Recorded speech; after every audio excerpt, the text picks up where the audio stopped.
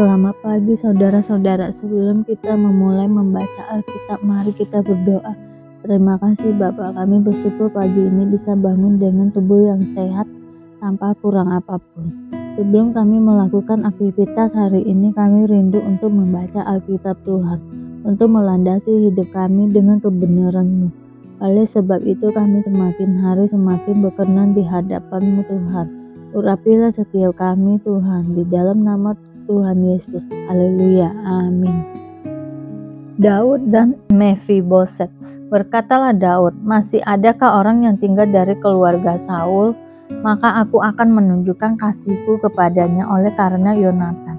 Adapun keluarga Saul mempunyai seorang hamba yang bernama Ziba. Ia dipanggil menghadap Daud, lalu raja bertanya kepadanya, "Engkaukah Ziba?" Jawabnya, "Hamba tuanku." Kemudian berkata raja, "Tidak adakah lagi orang yang tinggal dari keluarga Saul? Aku hendak menunjukkan kepadanya kasih yang dari Allah." Lalu berkatalah Ziba kepada raja, "Masih ada seorang anak laki-laki Yonatan yang cacat kakinya." Tanya raja kepadanya, "Di manakah ia?" Jawab Ziba kepada raja, "Dia ada di rumah Makir bin Amiel di Lodebar."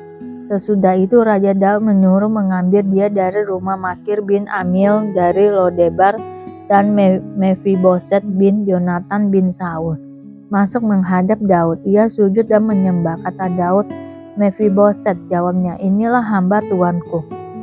Kemudian berkatalah Daud kepadanya, "Janganlah takut, sebab aku pasti akan menunjukkan kasihku kepadamu oleh karena Yonatan ayahmu. Aku akan mengembalikan kepadamu segala ladang Saul nenekmu, dan engkau akan tetap makan sehidangan dengan aku." Lalu sujudlah Mefiboset dan berkata, "Apakah hambamu ini? Sesungguhnya engkau menghiraukan anjing mati seperti aku." Lalu raja memanggil Ziba, hamba Saul itu, dan berkata kepadanya, "Segala sesuatu yang adalah milik Saul dan milik seluruh keluarganya kuberikan kepada cucu tuanmu itu. Engkau harus mengerjakan tanah baginya, engkau, anak-anakmu dan hamba-hambamu, dan harus membawa masuk tuayannya supaya cucu tuanmu itu ada makanannya. Mefiboset cucu tuanmu itu akan tetap makan sehidangan dengan aku." Ziba mempunyai 15 orang anak laki-laki dan 20 orang hamba. Berkatalah Ziba kepada raja, "Hambamu ini adalah melakukan tepat seperti yang diperintahkan tuanku raja kepadanya." Dan Mefiboset makan sehidangan dengan Daud sebagai salah seorang anak raja. Mefiboset mempunyai seorang anak laki-laki yang kecil yang bernama Mika. Semua orang yang diam di rumah Ziba adalah hamba-hamba Mefiboset. Demikianlah Mefiboset diam di Yerusalem, sebab ia tetap makan sehidangan dengan raja, adapun kedua kakinya timpang. Daud berperang melawan Bani Amon dan orang Aram. Sesudah itu matilah Raja Bani Amon, dan Hanun anaknya menjadi raja menggantikan dia. Lalu berkatalah Daud, "Aku akan menunjukkan persahabatanku kepada Hanun bin Nahas, sama seperti ayahnya telah menunjukkan persahabatan kepadaku." Sebab itu Daud menyuruh menyampaikan pesan turut berduka cita kepadanya dengan perantaraan pegawai-pegawainya karena kematian ayahnya. Tetapi ketika pegawai-pegawai Daud sampai ke negeri Bani Amon itu, berkatalah pemuka-pemuka Bani Amon itu kepada Hanun tuan mereka, "Apakah menurut anggapanmu Daud hendak menghormati ayahmu, karena ia telah mengutus kepadamu orang-orang yang menyampaikan pesan turut berduka cita? Bukankah dengan maksud untuk menyelidiki kota ini untuk mengintainya dan menghancurkannya, maka Daud mengutus pegawai-pegawainya itu kepadamu."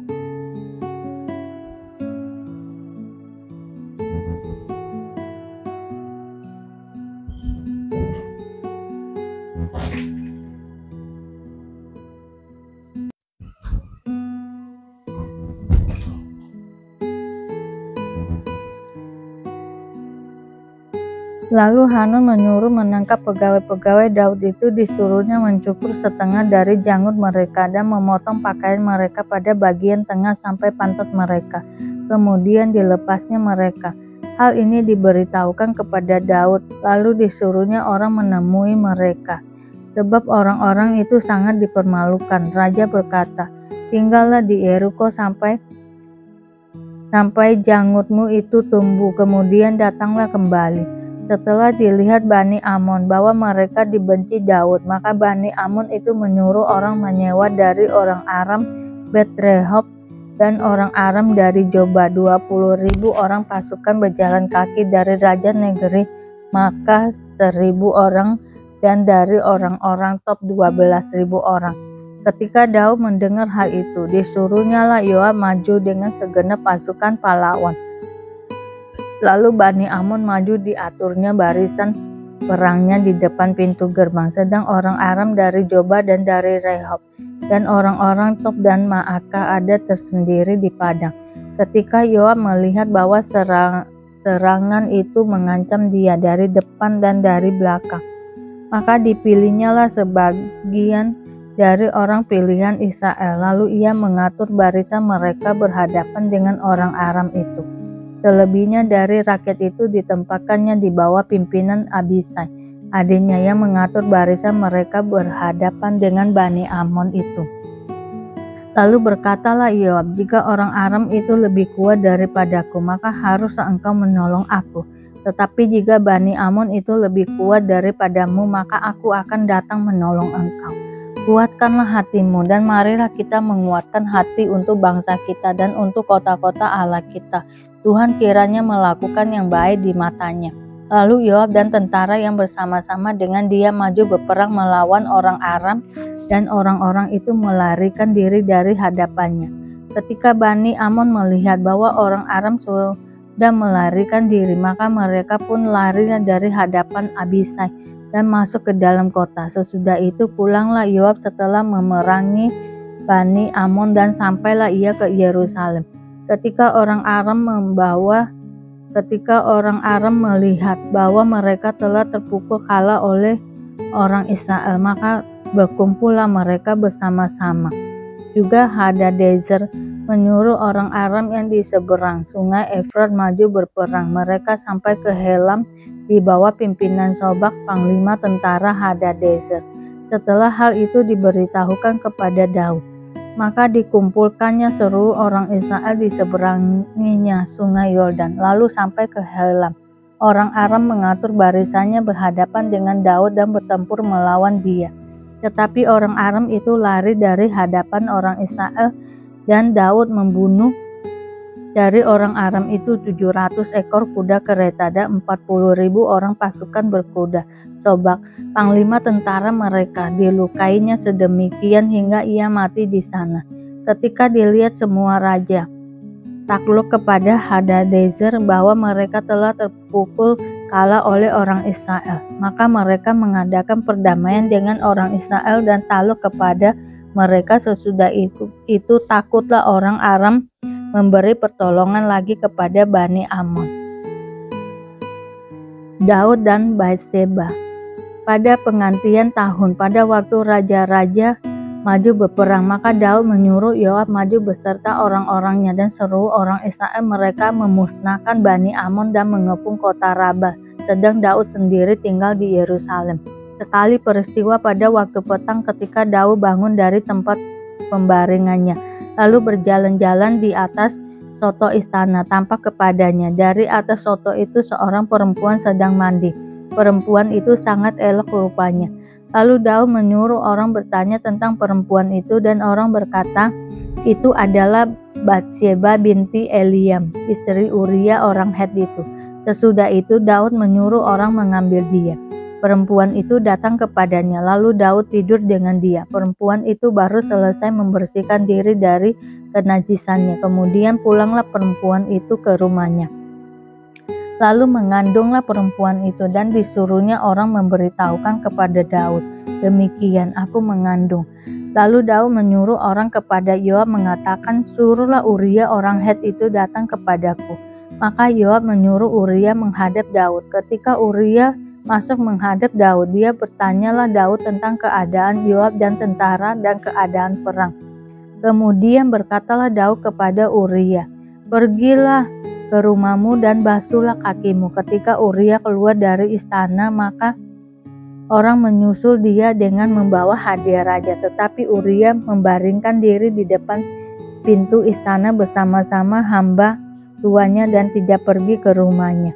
Diberitahukan kepada Daud demikian, Uria tidak pergi ke rumahnya. Lalu berkatalah Daud kepada Uria, "Bukankah engkau baru pulang dari perjalanan? Mengapa engkau tidak pergi ke rumahmu?" Tetapi Uria berkata kepada Daud, "Tabut serta orang Israel dan orang Yehuda diam dalam pondok juga tuanku Yoab, dan hamba-hamba tuanku sendiri berkemah di padang masakan. Aku pulang ke rumahku untuk makan, minum, dan tidur dengan istriku. Demi hidupku dan demi nyawamu, aku takkan melakukan hal itu." Kata Daud kepada Uria, "Tinggallah hari ini di sini, besok aku akan melepas engkau pergi." Jadi Uria tinggal di Yerusalem pada hari ini. Keesokan harinya, Daud memanggil dia untuk makan dan minum dengan dia, dan Daud membuatnya mabuk. Pada waktu malam keluarlah Uria untuk berbaring tidur di tempat tidurnya bersama-sama hamba-hamba tuannya. Ia tidak pergi ke rumahnya. Paginya Daud menulis surat kepada Yoab dan mengirimkannya dengan perantaraan Uria. Ditulisnya dalam surat itu, "Demikian tempatkanlah Uria di barisan depan dalam pertempuran yang paling hebat. Kemudian kamu mengundurkan diri daripadanya, supaya ia terbunuh mati." Pada waktu Yoab mengepung kota Raba, ia menyuruh Uria pergi ke tempat yang diketahuinya ada lawan yang gagah perkasa. Ketika orang-orang kota itu keluar menyerang dan berperang melawan Yoab, maka gugurlah beberapa orang dari tentara. Dari anak buah Daud juga Uria orang Het itu mati. Kemudian Yoab menyuruh orang memberitahukan kepada Daud jalannya pertempuran itu. Ia memerintahkan kepada seluruh itu demikian, "Jika engkau sudah selesai mengabarkan jalannya pertempuran itu kepada raja, dan jikalau raja menjadi geram dan berkata kepadamu, 'Mengapa kamu demikian dekat ke kota itu untuk berperang? Tidakkah kamu tahu bahwa orang aku memanah dari atas tembok? Siapakah yang menewaskan Abimelek bin Yerubeset? Bukankah seorang perempuan menimpakan batu kilangan kepadanya dari atas tembok, sehingga ia mati di Tebes? Mengapa kamu demikian dekat ke tembok itu? Maka haruslah engkau berkata juga, hambamu Uria orang Het itu sudah mati.' Lalu pergilah suruhan itu, dan sesampainya ia memberitahukan kepada Daud segala yang diperintahkan Yoab kepadanya. Suruhlah itu berkata kepada Daud, 'Orang-orang itu lebih kuat daripada kami dan keluar menyerang kami di padang. Tetapi kami mendesak mereka kembali sampai ke lubang pintu gerbang.' Pada waktu itu pemanah-pemanah menembak kepada hamba-hambamu dari atas tembok, sehingga beberapa dari hamba raja mati, juga hambamu Uria orang Het itu sudah mati." Kemudian berkatalah Daud kepada suruhan itu, "Beginilah kau katakan kepada Yoab, janganlah sebal hatimu karena perkara ini, sebab sudah biasa pedang makan orang ini atau orang itu. Sebab itu perhebatlah seranganmu terhadap kota itu dan runtuhkanlah itu. Demikianlah kau harus kuatkan hatinya." Ketika didengar istri Uria bahwa Uria suaminya sudah mati, maka merataplah ia karena kematian suaminya itu. Setelah lewat waktu berkabung, maka Daud menyuruh membawa perempuan itu ke rumahnya. Perempuan itu menjadi istrinya dan melahirkan seorang anak laki-laki baginya. Tetapi hal yang telah dilakukan Daud itu adalah jahat di mata Tuhan. Kebangkitan Yesus. Tetapi pagi-pagi benar pada hari pertama minggu itu, mereka pergi ke kubur membawa rempah-rempah yang telah disediakan mereka. Mereka mendapati batu sudah terguling dari kubur itu. Dan setelah masuk mereka tidak menemukan mayat Tuhan Yesus. Sementara mereka berdiri termanggu-manggu karena hal itu. Tiba-tiba ada dua orang berdiri dekat mereka memakai pakaian yang berkilau-kilauan. Mereka sangat ketakutan dan mendudukkan kepala.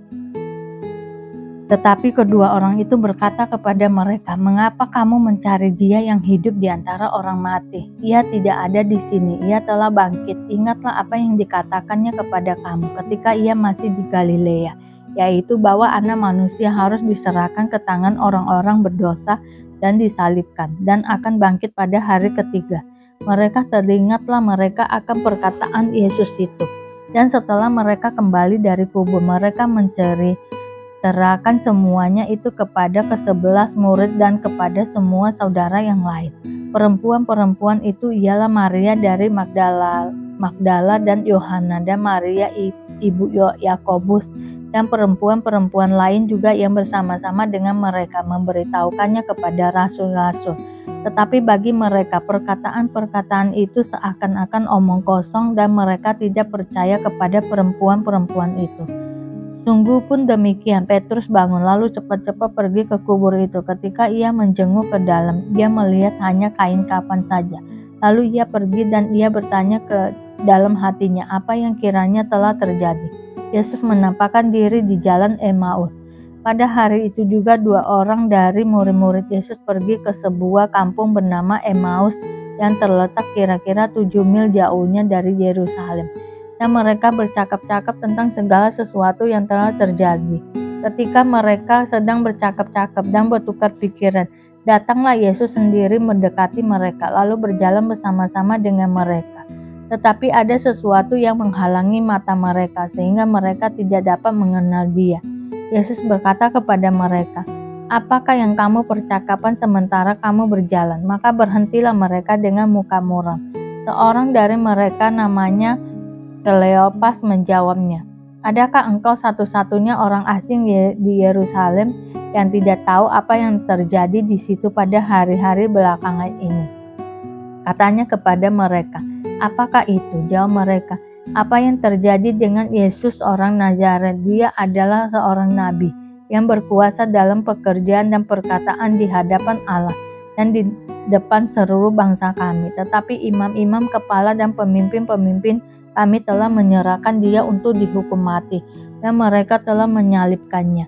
Padahal kami dahulu mengharapkan bahwa Dialah yang datang untuk membebaskan bangsa Israel. Tetapi sementara itu telah lewat 3 hari sejak semuanya itu terjadi. Tetapi beberapa perempuan dari kalangan kami telah mengejutkan kami pagi-pagi buta. Mereka telah pergi ke kubur dan tidak menemukan mayatnya. Lalu mereka datang dengan berita bahwa telah kelihatan kepada mereka malaikat-malaikat yang mengatakan bahwa Ia hidup. Dan beberapa teman kami telah pergi ke kubur itu dan mendapati bahwa memang benar yang dikatakan perempuan-perempuan itu, tetapi Dia tidak mereka lihat. Lalu Ia berkata kepada mereka, "Hai kamu orang bodoh, betapa lambannya hatimu sehingga kamu tidak percaya segala sesuatu yang telah dikatakan para nabi. Bukankah Mesias harus menderita semuanya itu untuk masuk ke dalam kemuliaannya?" Lalu Ia menjelaskan kepada mereka apa yang tertulis tentang Dia dalam seluruh kitab suci, mulai dari kitab-kitab Musa dan segala kitab nabi-nabi. Mereka mendekati kampung yang mereka tuju, lalu Ia berbuat seolah-olah hendak meneruskan perjalanannya. Tetapi mereka sangat mendesaknya, katanya, "Tinggallah bersama-sama dengan kami, sebab hari telah menjelang malam dan matahari hampir terbenam." Lalu masuklah Ia untuk tinggal bersama-sama dengan mereka. Waktu Ia duduk makan dengan mereka, Ia mengambil roti, mengucap berkat, lalu memecah-mecahkannya dan memberikannya kepada mereka. Ketika itu terbukalah mata mereka dan mereka pun mengenal Dia, tetapi Ia lenyap dari tengah-tengah mereka. Kata mereka seorang kepada yang lain, "Bukankah hati kita berkobar-kobar ketika Ia berbicara dengan kita di tengah jalan dan ketika Ia menerangkan kitab suci kepada kita?" Lalu bangunlah mereka dan terus kembali ke Yerusalem. Di situ mereka mendapati ke-11 murid itu. Mereka sedang berkumpul bersama-sama dengan teman-teman mereka. Kata mereka itu, sesungguhnya Tuhan telah bangkit dan telah menampakkan diri kepada Simon. Lalu kedua orang itu pun menceritakan apa yang terjadi di tengah jalan dan bagaimana mereka mengenal Dia pada waktu Ia memecah-mecahkan roti. Terima kasih Bapa untuk hari ini sehingga kami dapat membaca Alkitab-Mu. Mari kita doa Bapa kami. Bapa kami yang ada di surga, dikuduskanlah nama-Mu. Datanglah kerajaan-Mu, jadilah kehendak-Mu di bumi seperti di surga. Berikanlah kami makanan yang kami perlukan setiap hari. Ampunilah kami akan kesalahan kami, seperti kami juga mengampuni orang yang bersalah kepada kami. Dan janganlah membawa kami ke dalam pencobaan, tetapi lepaskanlah kami daripada yang jahat, karena Engkaulah yang mempunyai kerajaan dan kuasa dan kemuliaan sampai selama-lamanya. Terima kasih Bapa, kami selalu bersyukur atas apapun Tuhan berikan hidup kami. Engkau tidak pernah meninggalkan kami ya Bapa. Hidup kami akan senantiasa berkecukupan di dalam-Mu. Di dalam nama Tuhan Yesus kami berdoa dan mengucap syukur. Amin, amin, amin. Tuhan Yesus memberkati.